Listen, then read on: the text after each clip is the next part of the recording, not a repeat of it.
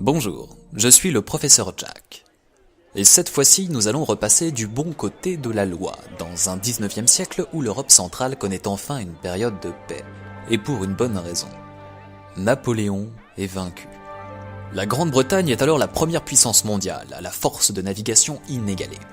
Maintenant que les canons sont réduits au silence, les navires sillonnent le monde pour étendre l'Empire britannique. Mais il reste des régions à apprivoiser, et des routes à tracer. L'ère des grandes découvertes a ouvert de nombreux passages autour du monde, les plus précieux pour les Européens étant les routes commerciales qui communiquent avec l'Asie, car ce sont les plus rentables. Mais que ce soit par le cap des Tempêtes ou le détroit de Magellan, les voyages sont longs, interminables. Et il serait fantastique de trouver un raccourci de plusieurs mois par l'Arctique, au nord des terres canadiennes. À ce jour, tous les explorateurs qui s'y sont risqués ont échoué. Les navires sont fragiles, le climat est très inhospitalier et les glaces sont capricieuses. Un passage libre il y a quelques instants peut se refermer l'heure suivante, piégeant les marins parfois pour l'éternité. Mais l'Angleterre vit une période de révolution. Nous sommes en pleine ère industrielle et rien ne semble pouvoir arrêter la civilisation. Et puis, Sir John Barrow, second secrétaire de l'amirauté, est bien déterminé à révéler ce raccourci au grand jour. Des expéditions, le vieil homme en a planifié des dizaines, souvent pour l'Arctique. Mais il faut déjà commencer par trouver un commandant expérimenté. Pourquoi pas l'amiral William Edward Parry? Ce dernier refuse. Il est fatigué de la banquise. L'explorateur James Clark Ross? Non plus. Il a promis à son épouse qu'il en avait fini avec les expéditions. L'officier James Fitzjames? Trop jeune. Le prometteur George Back? Mauvais caractère. Le capitaine Francis Crozier alors? Non plus. Il est d'origine modeste, et irlandaise, qui plus est. Ce sera donc le chevalier John Franklin, l'homme qui mange à ses bottes, un titre hérité d'une de ses anciennes aventures. Il est un peu vieux, mais sa réputation n'est plus à faire. Fitzjames et Crozier participeront néanmoins au voyage en tant qu'officiers de bord. Les préparatifs de l'expédition peuvent alors commencer. Ce sera l'une des plus célèbres de l'histoire de l'Angleterre et du Canada. Mais pas pour les raisons que l'on imaginait à l'époque. 2 voiliers sont affrétés pour l'aventure. Et quel navire! Le HMS Erebus et le HMS Terror, tous deux inondés de nouvelles technologies. Coque renforcée par des poutres et des plaques en fer, gouverne à l'épreuve de la glace, moteur à vapeur qui permet d'avancer et de réchauffer l'équipage, et les toutes récentes boîtes de conserve. Il y en a suffisamment avec le reste des vivres pour nourrir les équipages pendant 3 ans si nécessaire. Cela inclut entre autres 60 tonnes de farine et du jus de citron, censé protéger les marins du scorbut. Une maladie terrible qui faisait tomber les dents. Et qui provoque des hémorragies. Et qui finit par tuer aussi. Avec en plus une bibliothèque de plus de 1000 livres par navire, les matelots pourront même affronter l'ennui. Qu'est-ce qui pourrait bien aller de travers? Les 129 membres de l'expédition lèvent l'ancre le 19 mai 1845 et font voile jusqu'au Groenland où les navires de ravitaillement font demi-tour. L'Erebus et le Terror se dirigent alors vers la mer de glace, bien décidés à découvrir le passage qui fera la gloire de la couronne d'Angleterre. Sauf que les années passent et plus personne n'entendra parler de Franklin et de ses hommes. Pendant des décennies, les expéditions de sauvetage et de recherche se succéderont sous l'impulsion de l'opinion publique et de Lady Jane Franklin, l'épouse du commandant. L'amirauté offre même d'importantes récompenses à quiconque viendrait en aide à l'expédition perdue. En 150 ans de recherche, les différents indices retrouvés finiront par lever le voile sur le sort des navires et de leur équipage. Voici une version de l'histoire. Le commandant Franklin met le cap à l'est et navigue tout l'été jusqu'à faire escale sur Beechy Island, à environ 450 km à l'intérieur de l'archipel. Les hommes dressent alors leur premier camp hivernal, car les glaces empêchent les navires d'aller plus loin. Les vestiges de ce camp seront retrouvés 5 ans plus tard par d'autres expéditions. Rien d'anormal jusqu'ici, si ce n'est un détail. les tombes enneigées de 3 jeunes matelots enterrés dans la glace, sans message ou indication de ce qui a pu leur arriver, ce qui est contraire aux règles du protocole maritime britannique. D'autres détails, comme des objets abandonnés, donnent l'impression que les équipages sont repartis dans la précipitation. Les 2 navires ont ensuite mis le cap au sud à travers le détroit de Peel, une zone qui à l'époque était encore inexplorée. Ils parviendront toutefois à la dépasser et à atteindre l'île du roi Guillaume ou King William Island à l'automne 1846 après un nouveau périple de près de 500 km. Mais cette fois-ci, un document signé de la main de Franklin sera retrouvé conservé dans un cairn, à la pointe nord de l'île. Le commandant y indique en mai 1847 que les navires étaient à nouveau coincés pour l'hiver. Mais il précise que tout va bien. Un détail encore plus curieux que les tombes des marins de Beechy vient toutefois perturber la découverte. C'est une note rajoutée dans la marge par l'officier Francis Crozier.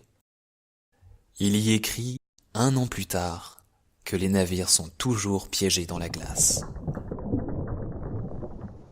Que l'été ne parvienne pas à la faire fondre révèle que les conditions climatiques ont été effroyables cette année-là. Et aujourd'hui, on sait que de telles situations peuvent durer jusqu'à 5 ans. L'auteur rajoute que 20 autres hommes sont morts. John Franklin, que le jeune Fitzjames décrivait dans une lettre comme plein de vie et d'énergie, a succombé 2 semaines après avoir rédigé le premier message. L'équipage est parti depuis trop longtemps pour que les provisions continuent à le protéger du scorbut. La faim commence à guetter. Et les hommes ne le savent pas, mais ils ont lentement et sûrement été empoisonnés depuis le début du voyage. Les boîtes de conserve préparées en masse à la hâte avant le départ contaminent les aliments au plomb, tout comme le système de production d'eau potable des navires. Les survivants sont donc affaiblis par la famine, exposés à une maladie mortelle, souffrent de problèmes physiologiques, de confusion et de paranoïa à cause du plomb, et sont pris au piège dans un enfer de glace. Le message rajoute enfin que les 105 membres restants ont abandonné les navires le 22 avril 1858. La troupe, désormais dirigée par Crozier, se met en marche vers le sud en suivant la côte de King William Island. Leur espoir est de s'échapper en atteignant l'embouchure de la Backfish River. Mais pour cela, il faudra traverser un détroit à mi-chemin. Ils doivent donc traîner avec eux des canots de sauvetage. À partir de ce moment-là, le sort des expéditionnaires devient plus difficile à reconstituer. Pour retrouver la trace du groupe, il faut d'abord suivre les tombes, puis les squelettes des marins laissés là où ils se sont effondrés. Un des canots qu'ils avaient emporté est retrouvé la même année que le document du cairn. Il contient des vestiges de la civilisation victorienne qui, dans cette situation, n'ont constitué que des poids morts. Les marins n'étaient pas préparés à une telle expédition terrestre, et il semble qu'ils l'aient compris en cours de route. La pointe du canot était dirigée vers l'Erebus et le Terror.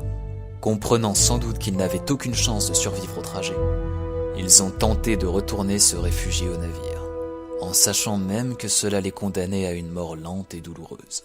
Mais même leur dernier refuge ne parvient pas à les maintenir à l'abri.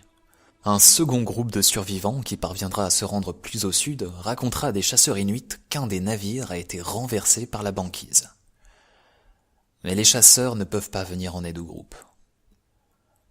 Un autre Inuit découvrira le second bateau, toujours pris dans la glace, à côté duquel une grande tente était dressée. Grimpant à bord, il racontera y avoir trouvé des hommes qui n'étaient plus que l'ombre d'eux-mêmes, avec la peau et la bouche noircies par les engelures et le scorbut. Des hommes qui ont tenté de l'empêcher de partir.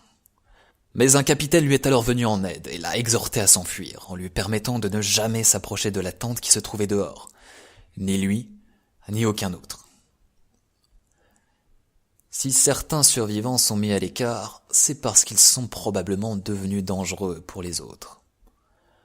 À ce sujet, c'est l'explorateur John Ray qui, le premier, rapportera à l'amirauté que, d'après l'état mutilé des cadavres et le contenu des bouilloires, il est évident que nos pauvres compatriotes ont été réduits à la dernière extrémité, le cannibalisme, dans le but de prolonger leur existence.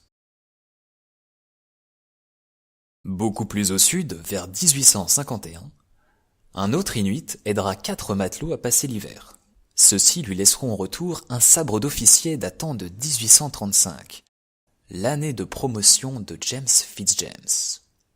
Qu'ils soient parvenus aussi loin relève du miracle. Ils reprendront leur route vers le Canada, mais personne n'a jamais su ce qu'ils étaient ensuite devenus. Les hommes de l'expédition Franklin sont vraisemblablement tous morts. Si Fitzjames faisait partie des 4 derniers marins et s'il a survécu, il n'a jamais repris contact avec la couronne. Beaucoup plus récemment, les épaves des 2 navires ont été retrouvées. Le 7 septembre 2014, l'Erebus sera découvert près de Cambridge Bay, à 300 km de l'île du Roi Guillaume. Le Terror est quant à lui révélé au fond de la Terror Bay, à une centaine de kilomètres de son point de départ. Comment sont-ils parvenus jusqu'ici? 2 mystères de plus. Ce ne seront pas les seuls voiliers de l'époque que leur naufrage en Arctique aura rendu célèbre. En 1853, le HMS Resolute fait partie avec 4 autres navires d'une expédition de sauvetage commandée par Edward Belcher. Mais le Resolute se fait prendre au piège dans la glace et est abandonné sur place. 2 ans plus tard, c'est le baleinier George Henry qui le retrouvera et le ramènera aux États-Unis. Le navire sera réparé et rendu au Royaume-Uni comme un geste de paix. Il servira encore quelques décennies dans la Royal Navy avant que son bois ne soit réutilisé pour fabriquer un bureau, le Resolute Desk. Ce bureau sera offert en remerciement au président Hayes des États-Unis en 1880. Et ainsi donc, c'est le bois d'un navire destiné à sauver l'expédition Franklin qui aura servi à fabriquer le meuble de travail présidentiel trônant au centre du bureau ovale de la Maison-Blanche. Au total, c'est plus d'une 50aine de navires qui sillonneront l'archipel à la recherche des survivants. Et ce seront eux, les explorateurs, qui achèveront de cartographier la région. Quant au passage arctique, il sera finalement vaincu 25 années plus tard par l'explorateur Roald Amundsen. Et ce passage s'avérera être inexploitable. Mais cet exploit ne le rendra pas aussi célèbre que la tragique tentative de John Franklin et de ses 128 hommes, qui marqueront à jamais l'histoire et l'imaginaire collectif de l'Amérique du Nord et de la Grande-Bretagne.